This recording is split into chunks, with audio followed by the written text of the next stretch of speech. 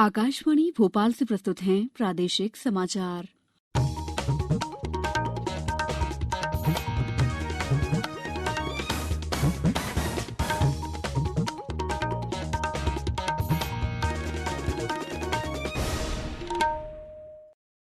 नमस्कार, समाचारों के साथ मैं दीपा सिंह। पहले मुख्य समाचार। मुख्यमंत्री शिवराज सिंह चौहान ने नई दिल्ली में प्रधानमंत्री से की मुलाकात, आत्मनिर्भर मध्यप्रदेश का रोड मैप सौंपा। देश में कोविड-19 से ठीक होने वालों की दर 94% के करीब पहुंची। प्रदेश में अब तक लगभग 1,90,000 मरीज हुए स्वस्थ। विश्व एड्स दिवस पर सभी जिलों में आयोजित किए गए जागरूकता कार्यक्रम और प्रदेश के आदिवासियों पर केंद्रित 10 दिवसीय आदि महोत्सव ऑनलाइन हुआ शुरू। अब समाचार विस्तार से। मुख्यमंत्री शिवराज सिंह चौहान ने आज सुबह नई दिल्ली में प्रधानमंत्री नरेंद्र मोदी से उनके निवास पर मुलाकात की। लगभग 1 घंटे चली मुलाकात के दौरान मुख्यमंत्री ने श्री मोदी को प्रदेश में चलाई जा रही विभिन्न योजनाओं और कार्यों की जानकारी दी। इस दौरान मुख्यमंत्री ने आत्मनिर्भर मध्यप्रदेश का रोड मैप प्रधानमंत्री को सौंपा। इसी के साथ बालाघाट क्षेत्र में नक्सलियों के खिलाफ की गई कार्रवाई की भी जानकारी दी। श्री चौहान ने प्रधानमंत्री को यह भी बताया कि कोरोना के बाद आर्थिक गतिविधियों को बढ़ावा देने के लिए प्रदेश में क्या कदम उठाए जा रहे हैं। कोरोना वैक्सीन आने पर टीकाकरण अभियान कैसे चलाया जाएगा, इसकी जानकारी भी मुख्यमंत्री ने प्रधानमंत्री को दी। उन्होंने ये भी बताया कि मध्यप्रदेश में कोरोना वैक्सीन की कोल्ड चेन और टीकाकरण के लिए मुख्य सचिव की अध्यक्षता में कमेटी बनाई गई है। इसके लिए जिलों में टास्क फोर्स बनाने का निर्णय लिया गया है। देश में कोविड-19 से स्वस्थ होने वालों की दर 93.94% हो गई है। पिछले 24 घंटों के दौरान करीब 31,000 नए मामलों की पुष्टि हुई है, जबकि इस दौरान 42,000 संक्रमित रोगी ठीक हुए हैं। प्रदेश में कोविड-19 से स्वस्थ होने वाले मरीजों की संख्या 1,90,000 के करीब पहुंच गई है, जबकि कुल मरीजों की संख्या 2,07,000 से अधिक है। सीहोर में हमारे संवाददाता ने बताया कि जिले में आज 8 व्यक्तियों की रिपोर्ट पॉजिटिव आई है।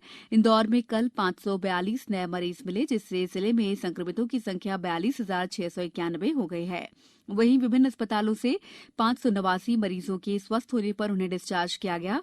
वहीं देवास में 61 मरीज स्वस्थ होकर घर लौटे। शहडोल में 6 नए मरीज मिले हैं।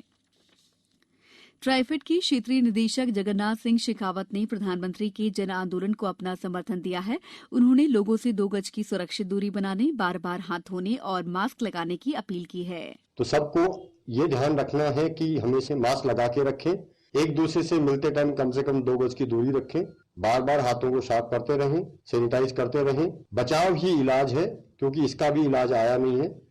अपने खुद के हित के लिए, अपने परिवार के हित के लिए, समाज के हित के लिए, देश के हित के लिए और पूरे संसार के हित के लिए आप सबसे निवेदन है, इन 3 मुख्य बातों का ध्यान रखें। इसमें मास्क लगाना, बार बार हाथ धोना और एक दूसरे से दूरी बना के रहना। कृषि मंत्री कमल पटेल ने कहा है कि फसलों के उत्पादन को निरंतर बनाए रखने के लिए विभिन्न कीटों और फसल संबंधी बीमारियों पर नियंत्रण रखना आवश्यक है।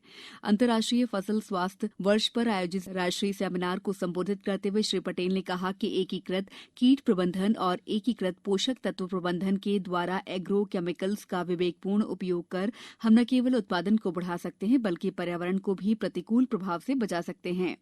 कृषि मंत्री ने कहा है कि मध्यप्रदेश आज दलहन के साथ तिलहन का भी सबसे बड़ा उत्पादक राज्य है। हमारी श्रृंखला जानना जरूरी है के तहत हम कृषि विधेयक के संबंध में फैलाए जा रहे भ्रम और उसकी सच्चाई से रूबरू करा रहे हैं। कृषि कानून को लेकर ये झूठ फैलाया जा रहा है कि ये कृषि बिल किसान विरोधी है, जबकि सच ये है कि किसान अब अपनी फसल कहीं भी किसी को भी बेच सकते हैं और बड़ी कंपनियों के साथ मिलकर ज्यादा मुनाफा कमा रहे हैं। रायसेन जिले के किसानों ने कृषि सुधारों पर फैलाए जा रहे भ्रम को गलत बताया है। बारोला गांव के किसान अवतार सिंह बताते हैं कि कृषि सुधार कानून से किसानों को उपज का उचित मूल्य मिलेगा। सरकार ने बहुत अच्छा काम किया कि किसानों के हित में काम किया, तो इससे बिल किसान के लिए सही बजट और सही पैसे मिलेंगे और इससे किसानों के लिए फायदा ही है। इस पर भोपाल, रायसेन, विदिशा, इंदौर कहीं पर भी बेच सकते हैं और इससे बिल से किसी नुकसान नहीं होने चाहिए। फायदा है, इससे किसान का सबसे ज़्यादा फायदा है।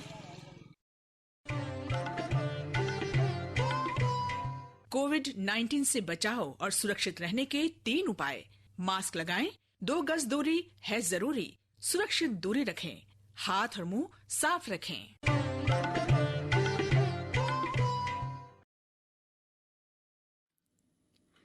ब्रेक के बाद समाचारों में आपका एक बार फिर स्वागत है। आज विश्व एड्स दिवस है। ये दिन एड्स के बारे में लोगों को जागरूक करने के लिए मनाया जाता है। ये दिन लोगों को HIV के खिलाफ एकजुट होने और इस वायरस से पीड़ित लोगों की मदद करने के लिए प्रेरित करता है। विश्व स्वास्थ्य संगठन के अनुसार वर्ष 2019 में दुनिया में 3 करोड़ 80 लाख लोग HIV से संक्रमित थे। भारत में वर्ष 1992 में राष्ट्रीय एड्स नियंत्रण कार्यक्रम की शुरुआत हुई थी। उसके बाद से संक्रमण के खिलाफ लोगों को जागरूक करने की और इसकी रोकथाम की दिशा में महत्वपूर्ण काम किया गया है।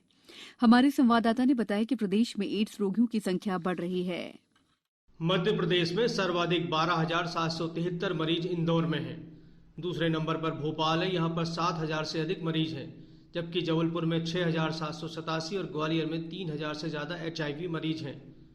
मध्य प्रदेश राज्य एड्स नियंत्रण समिति के परियोजना निदेशक डॉक्टर KD त्रिपाठी का कहना है कि मध्य प्रदेश में एड्स संक्रमण दर 1.64% है। HIV संक्रमितों में सबसे अधिक 68% 25 से 49 साल के हैं। एड्स नियंत्रण समिति के अनुसार स्वयंसेवी संस्थाओं के साथ मिलकर HIV पर नियंत्रण के लिए 60 से ज़्यादा परियोजनाओं पर काम चल रहा है।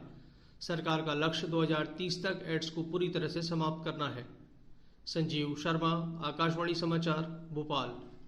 प्रदेश में भी आज सभी जिलों में जागरूकता कार्यक्रम आयोजित किए गए। शिवपुरी से हमारे संवाददाता ने बताया कि इस मौके पर एक कार्यशाला का आयोजन किया गया। वहीं इस बीमारी की जानकारी के लिए टोल फ्री नंबर 1097 के बारे में बताया गया। झाबुआ में एड्स जागरूकता रथ को मुख्य चिकित्सा एवं स्वास्थ्य अधिकारी ने हरी झंडी दिखाकर रवाना किया। आगर मालवा में भी जागरूकता रैली निकाली गई। देवास और विदिशा जिलों में 7 दिसंबर तक जागरूकता गतिविधियां आयोजित की जाएंगी। गुना में आयोजित कार्यक्रम में जिला विधिक सेवा प्राधिकरण के अध्यक्ष राजेश कुमार ने लोगों को जागरूक करते हुए कहा कि एड्स छूने या हाथ मिलाने से नहीं फैलता है। वहीं सीधी नीमच जिलों में भी जागरूकता कार्यक्रम आयोजित किए गए। आज से मध्य प्रदेश पर केंद्रित 10 दिवसीय ऑनलाइन आदि महोत्सव शुरू हुआ। वेबिनार के माध्यम से केंद्रीय जनजातीय मामलों के मंत्री अर्जुन मुंडा ने इस महोत्सव का शुभारंभ किया। एक ट्वीट संदेश में श्री मुंडा ने कहा कि आत्मनिर्भर भारत अभियान में जनजातीय समाज भी अपना योगदान दे रहा है। इस महोत्सव में हमारे 5 लाख जनजातीय भाई बहनों द्वारा निर्मित उत्पाद उपलब्ध हैं। कार्यक्रम में प्रदेश के आदिवासी विकास मंत्री मीना सिंह भी शामिल हुई। भोपाल सहित कई जिलों में तेज धूप से अधिकतम और न्यूनतम तापमान में बढ़ोतरी हुई है। कल रात पिछले दिनों की अपेक्षा गर्म रही और आज सुबह भी सर्दी का एहसास कम हुआ। वरिष्ठ मौसम वैज्ञानिक पीके साहा ने बताया कि हवा का रुख कभी पूर्वी तो कभी उत्तर पश्चिमी हो रहा है। इससे तापमान में धीरे धीरे बढ़ोतरी होने लगी है। बंगाल की खाड़ी में कम दबाव का क्षेत्र बना हुआ है। विभाग के मुताबिक सर्द हवाओं के कारण फिर दिन और रात के तापमान में गिरावट दर्ज होने लगेगी और कड़ाके की ठंड का दौर शुरू हो जाएगा। सबसे कम तापमान 8 डिग्री सेल्सियस उमरिया और नौगांव में दर्ज किया गया। अब कुछ समाचार संक्षेप में।